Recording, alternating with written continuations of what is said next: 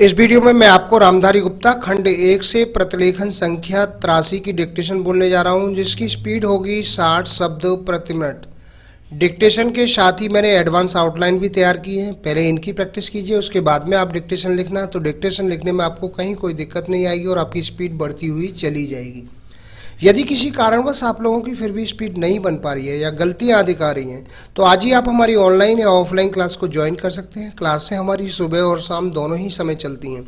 मैंने advance outline की book तैयार की है, उनको आप ले सकते हैं। बुकों का लिंक नीचे डिस्क्रिप्शन बॉक्स में दिया गया है।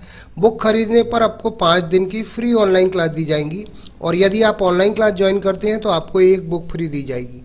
रामधारी गुप्ता खंड 1 और खंड 2 को लिखने में आपको कहीं भी कोई दिक्कत आ रही है तो मैंने इनकी एडवांस आउटलाइन की बुक तैयार की है, इनको पूरा ट्रांसलेट किया है शॉर्ट हैंड में, उनकी बुक भी आपको मिल जाएंगी। शॉर्ट हैंड संबंधी अधिक जानकारी के लिए आप मेरे कॉन्टैक्ट नंबर पर कॉन्टैक्ट करके मुझसे जानकारी प्राप्त कर सकते हैं।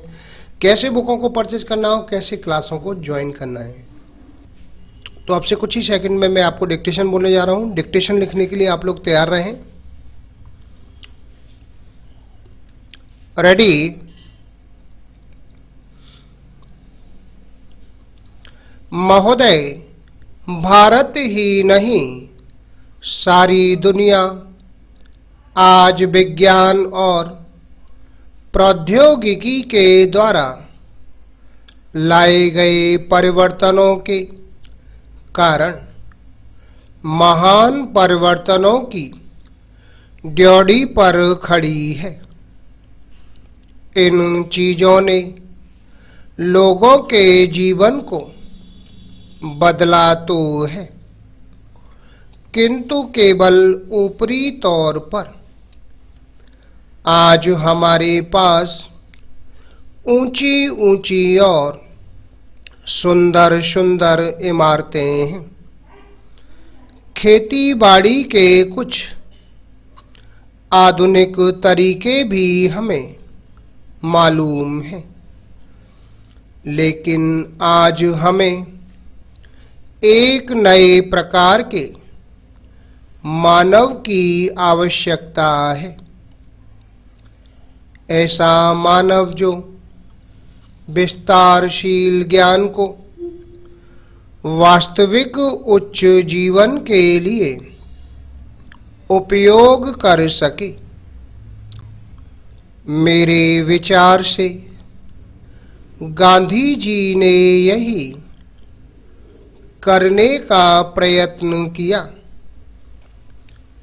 एक मानव निर्माण करने का मैं नहीं कह सकती कि मनुष्य का स्वभाव जैसा है उसे देखते हुए आज की दुनिया में ऐसा करना संभव होगा या नहीं, किंतु इस दिशा में प्रयत्न करना उपयुक्त होगा और केवल बुद्धिजीवी ही इस तरह का प्रयत्न और दूसरों का मार्गदर्शन कर सकते हैं। Para change. आज दुनिया बहुत छोटी हो गई है और हम अलग अलग खानों में बंटकर नहीं रह सकते। हमें लक्ष्य प्राप्ति के लिए कहीं अधिक एक होकर रहने की आवश्यकता है। हम लोकतंत्र में विश्वास करते हैं। एक तो संसदीय प्रणाली की सरकार के अर्थ में, दूसरे उस तरीके में जिस तरीके से हम अपनी पार्टी में और अन्यत्र काम करते हैं।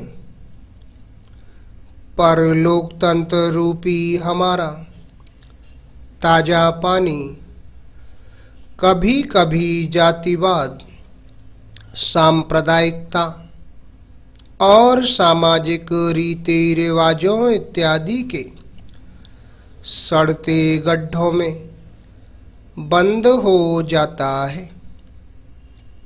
आपके पास लोकतंत्र है, आपके पास वोट देने का अधिकार है, या आप अपने विचारों को खुलकर प्रकट कर सकते हैं।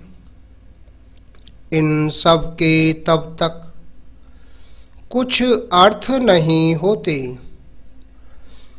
जब तक आप इस प्रक्रिया से सामाजिक जीवन में परिवर्तन की नई धाराएं उत्पन्न नहीं कर देते, जो हमारे लोगों के हर वर्ग और स्तर में समा जाएं। प्रस्ताव पास कर देना बहुत सरल है, पर उसका कार्यान्वयन करना सरल नहीं।